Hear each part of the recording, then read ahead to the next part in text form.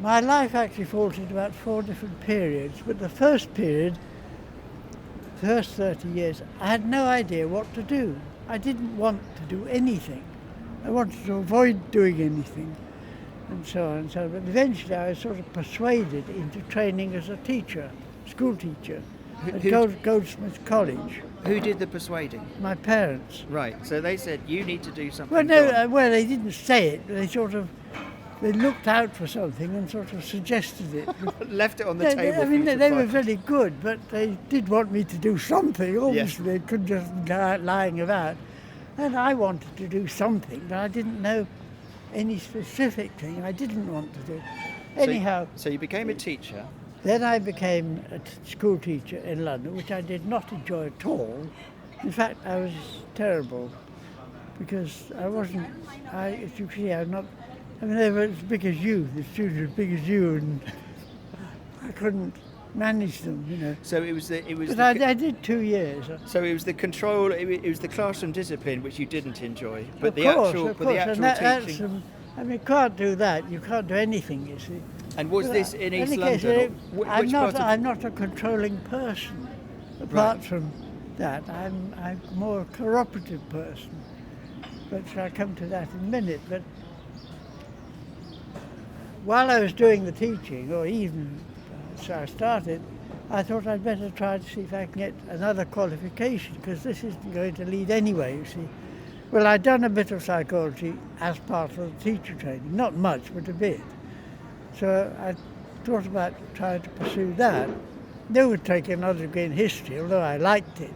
But there are not many jobs for history except for teaching it, you see. So anyway, I applied to Birkbeck College, which, as you know, I'm sure, was founded in about the 1840s, specifically for people who were working. Right. There was, in the whole 19th century, was full of an urge for working people to get education. I mean, the people themselves, there was a big drive towards, and Dr. George Birkbeck was a man who set up his college in order to help satisfy that. So it's always been for part-time students. See. So I started that. Eventually, they gave me a place, and I started that, and that took 4 years, part-time, while I finished off some of the teaching and then did odd jobs and this and that and so on to get a living. And eventually got the degree in 1961. Right. So this was the start of your second phase in life. You talked about 4 phases. Yes, in it your was. life. It was. Right. It So teaching didn't work, That's but you right. decided go to Birkbeck. Well, Birkbeck, now I decided to see what would happen. I mean, when I, in the middle of doing that degree, I went along to the University of London Careers Advisors and said, what can I do with a degree in psychology? And they said, nothing, you should give it up. That's not very helpful. But I didn't. That's not I very didn't. helpful. I started it, I was going to do it, and I did it. Because it was still a very small activity. When I graduated in 1961, I was one of 200 psychology graduates in the whole country. Really? 200. That's yes. interesting. And this is many years after the famous Freud. Oh, and yeah. Oh, well, I mean, the remember the psychology name you of the other learn in a degree Jung. only is there's really very little to do with Freud. Okay. But Yeah, forgive my ignorance. Those I are mean, the only he's the name everybody knows. Yes, but in those are fact- the only 2 names. Jung and Freud are the names that everyone knows. That's right, to- that's right. historically. Anyhow, but I also began to think that psychology was generally useful, and I still do. I still think it's a good thing to do. I can explain that later if necessary. Anyhow, I didn't know what to do when I graduated, but the people at Birkbeck said, well, you've done well enough, we can give you a studentship to do a doctorate, PhD, if you want it. So I said, yes, please. Partly because I'm more interesting, and partly because it put off the evil date of trying to decide what Of to do. course, it gives you an But extra anyhow, bit of moment that took 3 years. doing a doctorate, and you were Doing a still. doctorate. And because it was a small number of people who had graduated, every year in what you were doing. Does this mean that the field was open for what you did your doctorate in? As in, you could choose many. It wasn't a crowded field. Oh you were no, free well to I choose know. what you I wanted. mean, I don't know how many doctoral students were in psychology then, but it couldn't have been very many. Yeah. But there were gradually increasing jobs for psychologists. But anyhow, I mean, I didn't know that during those 3 years. But at the end of the 3 years, Yeah. see, what you do typically as a postgraduate student is you do a bit of teaching Right. of other students. Right. And I found I liked that, and I felt I was quite good at it. Oh, so hold on. You come back to the teaching, having But discarded it and totally think. different sort of teaching. Right. You see, Right. they're just completely different. So this These is- are adults who want to learn from you. You can Right. help them. Completely different. There's no question. No or discipline. anything like that. Right. And so that led me to apply for a couple of teaching jobs, full-time jobs. Okay. In London. I Right. wanted to stay in London, Right. and I applied specifically for two, one of which I didn't get, Yeah. and one of which I did get. And that was at what is now the University of Middlesex, which was then Enfield College of Technology. So we're talking North London. Yes, so I started on that. So that's my first adult teaching job. if you And like. at this point, you're in your mid to late 30s. Yes, you that's found right. a career I was that born worked. in 1931. That's a very long time ago. So I graduated in 1961 when I was 30. Right? But at this point of your life, you were now happy working, having been through your early years, not sure what you wanted to do. It must have been a nice sense of relief. Oh yes, to feel certainly. I've Certainly. landed. Yes, I'm doing something I certainly. like. I'd found something I could do Yeah. and liked doing. Yeah. That's a great stroke of luck, really. And then a friend of mine, this was a huge stroke of luck, said to me one day, and I remember this like a sort of flashbulb thing, why don't you apply for that job at West Ham? And I said, where's West Ham? And it turned out to be Stratford. So another college of technology, West Ham College of Technology. Having been appointed, and of course this is early in the summer, Yeah. so halfway through my first degree, my first job, my first year as a lecturer, I was suddenly a senior lecturer, Oh, moved wow. up a grade. you see. Brilliant. That's the next grade Good up. fortune.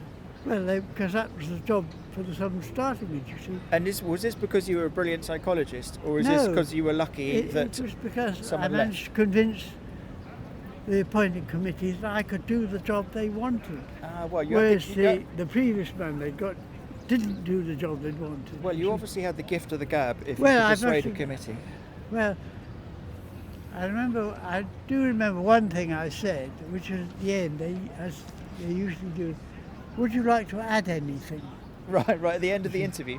Well, you know, I mean, that's how you do Is there it. anything you want to say? Yeah, and to which you replied, To which I replied, yes. I said, there were two words in the job description that particularly attracted me, and they were rapid expansion. oh, And I said, that's the sort of thing I'm interested in. aha, And that went down very well. excellent. So anyway, they appointed me. And then, of course, that summer was planning and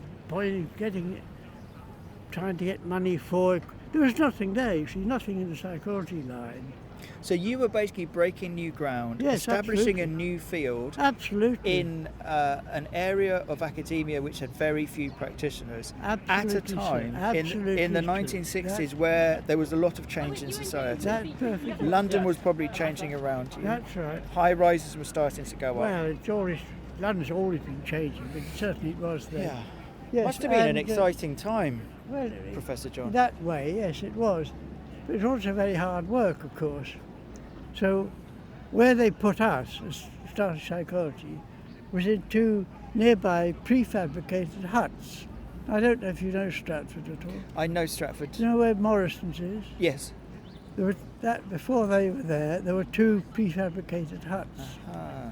And the principal walked me along there and said, can you start a department of psychology here? And I said, oh yes. Excellent. You probably enjoyed the fact that it was off-site, that it was unusual, that it was temporary. That's right. It I gave thought us much freer than having a Yes. small room in a crowded building. Now who was coming to study with you at this point? Was it First working people? We had to get permission from the relevant authority to offer an honours degree, and so going through the first, we then had to make the place well known. So how do you do that? Well, all sorts of ways. I mean, for example, one thing I did was write round to a lot of senior schools in London, perhaps not all of them, but a large number, offering to give a talk about psychology. Oh, that's a good idea. A number took me up. So you said, I'm going to spread the word. Yeah. I'm going to become a voice to try and encourage people to see this new branch of academia. Exactly so. So you were really getting into it by this point. Absolutely. So the first result, and I remember the Vietnam flash thing, because we were in an annex, when I got hold of the results, which you could do sort of early on, at the first exam, the first degree exam, 28 students, I rang up the principal. Now, while he was an excellent man, he was always pessimistic. He always feared the worst. He avoided it, but he feared it. So a bit like Eeyore. Well, a bit like Eeyore, that's right. So I rang up and said, I remember I've got results for the first exam. He said, are they bad? And I said, well, listen to what they are and you can decide. I said, nobody failed. 2 got third classes. 12 got lower seconds, 2 got upper seconds, 10 got upper seconds, and 1 a first. And he was dumbstruck, really, because that was equally. That's brilliant. So that was your first intake. That was their final result after the course. That's right. And you can still remember it now. Yes. How many years later? 60 years later. That was 64. Yes. Yeah. 60 years later, you can still remember exactly that. Well, I remember it because it was sensational. Yeah. Gosh, that must have... I didn't fail to get publicity out of it. It got a lot of publicity in national papers. Well, that's great. Yeah. What a brilliant time for you at that point in your life to have such great success, having started in a new field, in a new... It wasn't just me; it was my colleagues. Yeah. But you see, we started by saying we're not going to take, partly because there were several Berkeley people, but we started by saying we're not going to devote ourselves entirely to research. Universities tend to put research as a prime objective. Well, that was definitely that has always been a very strong part of universities, hasn't it? That's right. That they have to prove themselves through research to show that they're flexible and they're moving forward. So if you didn't, very often posts are advertised on that basis. But surely nowadays, the phrase is not so much research as proven ability to attract research funds. Yeah, that's making what money. they want. Yeah, they want to make money now. But back in the 1960s, surely everything you were doing was kind of breaking new ground, so it could be almost counted as research in a halfway kind of way. Well, because you were research practicing... is a bit of a weasel word. I mean, I've written about this. I mean, what counts as research is really being published in respectable journals. Yeah. That's it, really. And whether it's worth publishing or not, that's not really their concern. So you're making so long as it's done correctly. So you're making a distinction between actually useful research and research which is just well regarded. There's no guarantee that well done research is useful, none at all. Well, I suppose you have to work within the system you've got. So you have to, exactly so. So, I mean, but as I said, we decided we would not make research the be-all and end-all. We'd make teaching at least equally important. Yeah. And many of the staff we gradually accumulated had been school teachers. Right. Successful ones, unlike me. Yeah. But at least I'd learned something from it. So they knew about teaching. You see, it wasn't a boring extra. They enjoyed it. They liked teaching. They also liked doing research, and of course after a few years many of them had very excellent research records as well. Now, did you? So, having said that, you find research a weasel word and it's sort of misapplied or misused within the academic setting. Where did you build your reputation? In 6 years, I moved from student to being dean of a faculty. But like even you Blimey. remember more. Well, That's a meteoric rise. yes, it was. You must have been good at what you did, Professor John. Well, they thought I was. Is that a different The thing? appointed people thought I was. But no, I was. I was good. I was good at a lot of it. I was good at planning. I was good at development. I was good at getting the right staff. Yeah. See, I mean that's an important thing. As an opportunity to appoint new staff, who do you get?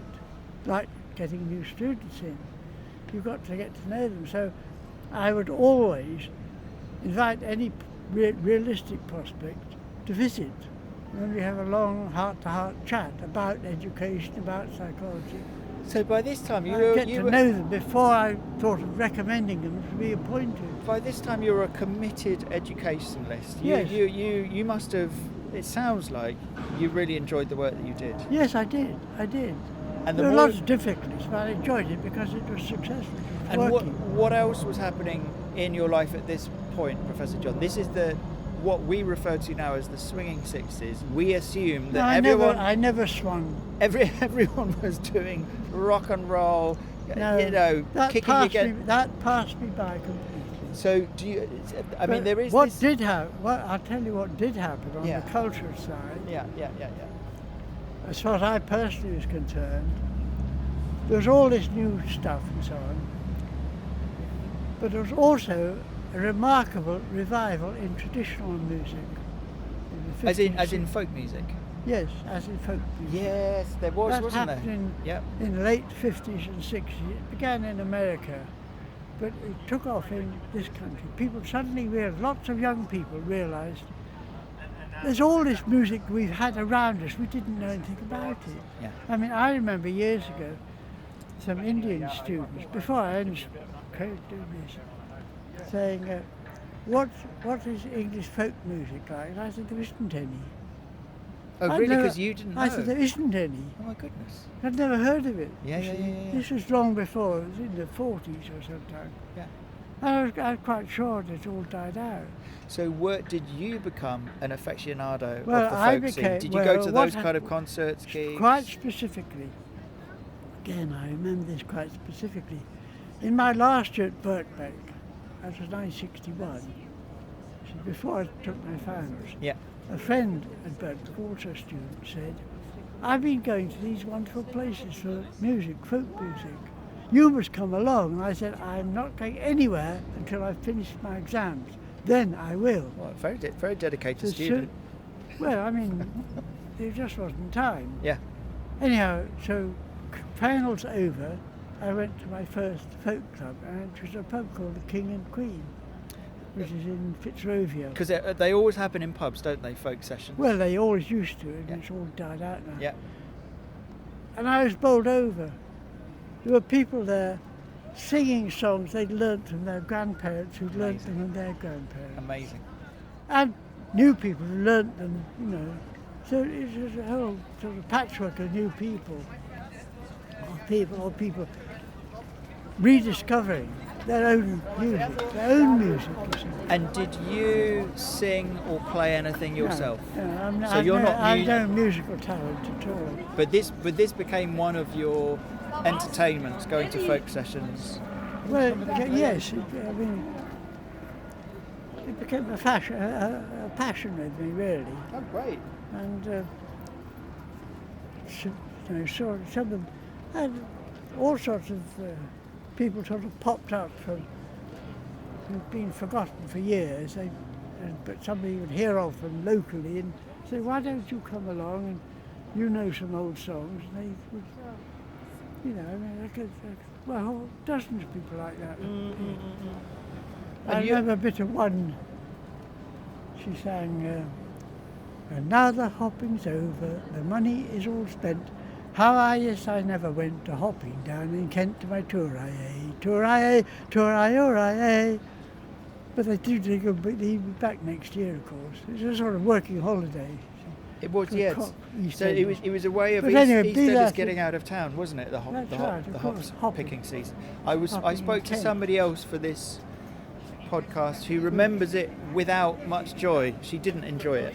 She didn't enjoy the process of hop picking. I don't know if you've heard of Ewan McCall, have you? I've heard of Ewan McCall, yes. No, Well, he he's a is very famous. leading, with very rather idiosyncratic ideas, but no less very progressive and very keen to. I mean, he and his wife, of course, were devoted communists, but in the old-fashioned sort, where they saw communism as the rising up of the working classes to build a paradise, you know. And they saw folk music as the music of the people, which of course it was in a sense, but they saw people with talent like themselves as their job was to sort of express working classes, you see. And did the whole view of how society was working and changing at the time, the idea of working classes and the middle classes and access, you were working in colleges, you'd been to Birkbeck College, which was for working people. Did you feel that you were helping to raise the access of working class people to a better education No. system? Was that part of what you were doing? It was Or not did it still feel no, quite elitist no, when you were absolutely doing not. it? I had no such idea. No. Right.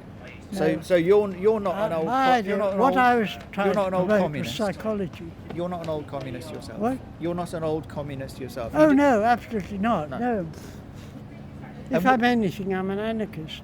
You were an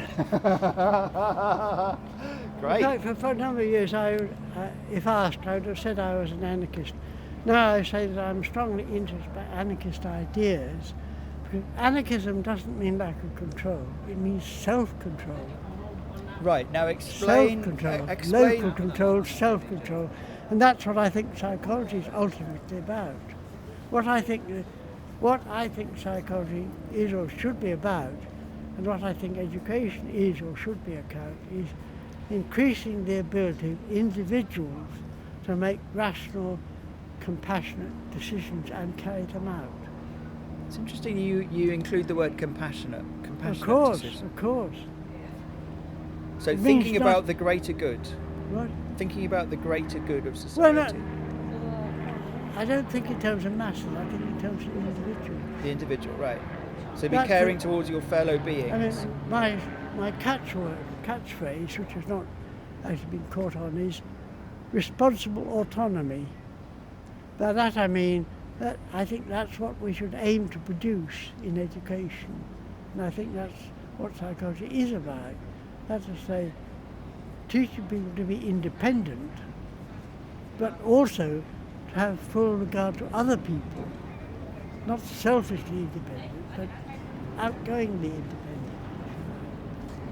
But anyway, to go back to another chapter. Yes, another chapter. So I you got talked the- earlier got on the about 4 psychology going, chapters. and I said that the Is it- department was doing well. right. So this is At an early stage, 1958, as a student, I joined my professional body, the British Psychological Society. right. And quite soon I got asked to join various committees and so on. Right. And for almost 30 years continuously, I worked for the BPS as a member of committees, chairman, working parties, etc., etc., etc. I spent a lot of time on professional development. So that was And when, by professional development, you mean strengthening and establishing how your field of study was going to move forwards. exactly so. That's right. So you felt strongly that it should be well directioned. You weren't Yes. content for other people to take the lead. You thought. Well, Did you have certain views that you wanted to make sure were cemented into the approach to the subject? Well, yourself? only the scientific approach. Yeah. No, but what did arise out of this was another development which was completely new. At some point, somebody in the BPS, and I've never been able to discover who, at some meeting, raised the question of whether psychology should be taught below university level in schools. You see, it wasn't.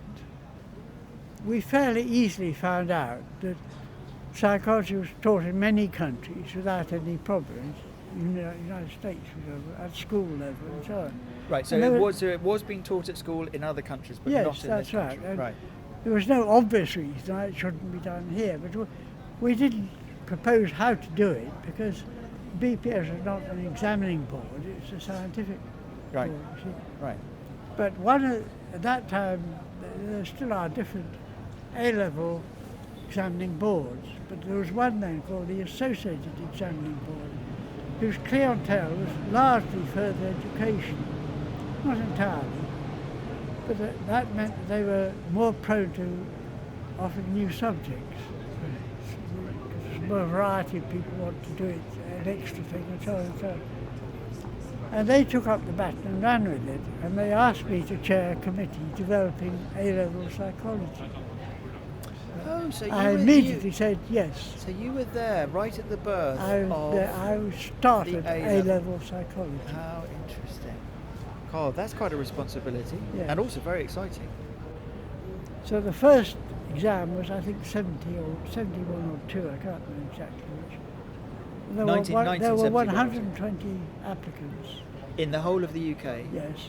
to And do I- psychology I A-level, doing and you were the examiner. And I examined each You set the one paper? separately. You examined each student.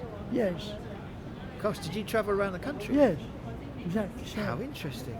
That's right. How interesting. And as I say, So the you were board there for the paid first for that, psychology, so it was entire. It's all dropped out now because they can't afford it, but that's how it started. So you were. And I remember also the very first, you see, because of the interview, they weren't examined at the same time, naturally. Of course, because it takes a while. So, 2 students were the very first student to take the A-level, and they were at a grammar school in Framingham in Suffolk. They were the very first people in the country to do A-level psychology. I can't remember their names now, but Wow. yeah, so that's Wow.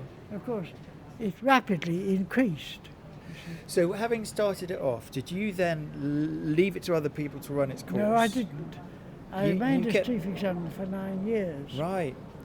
And Was this in the 1970s we're talking? yes, Right. So through the 1970s, you were pushing the whole idea of psychology A-level, and you were a moving force behind it in the education system.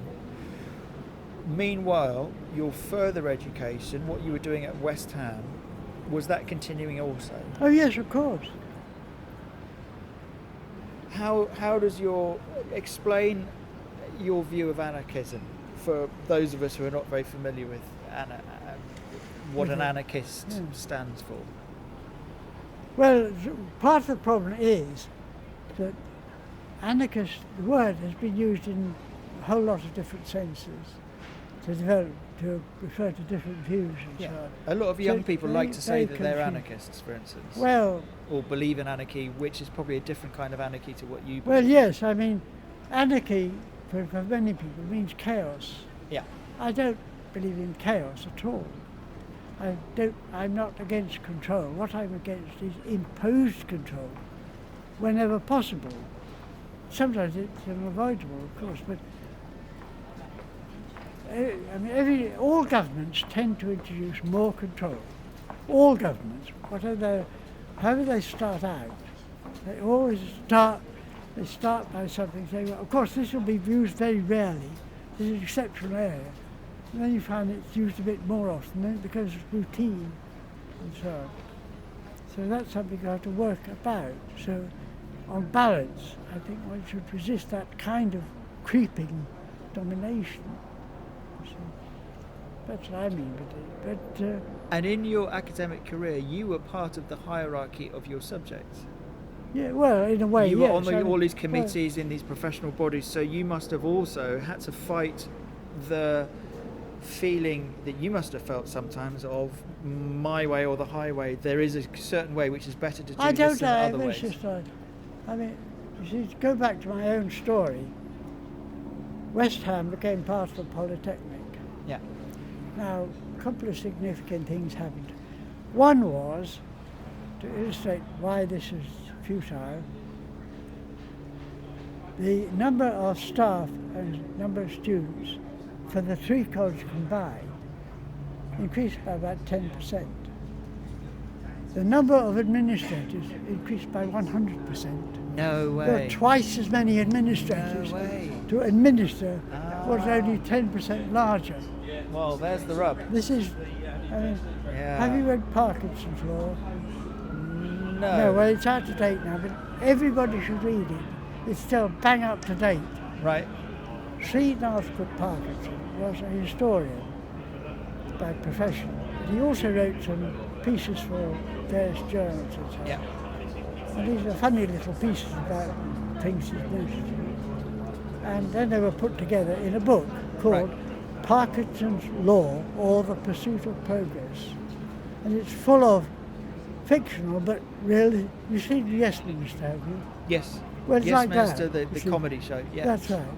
The incidents are fiction, but they could well be real, you feel. Right, to illustrate broader points. That's right. So Parkinson's book is like that. Everybody still reads, 1958 I think it was. So it's still relevant now, you say, in the way that just society Yes works. Minister is. Yeah. But Yeah. anyhow, so he sort of points out how administration increases at a steady rate regardless of what is being administered.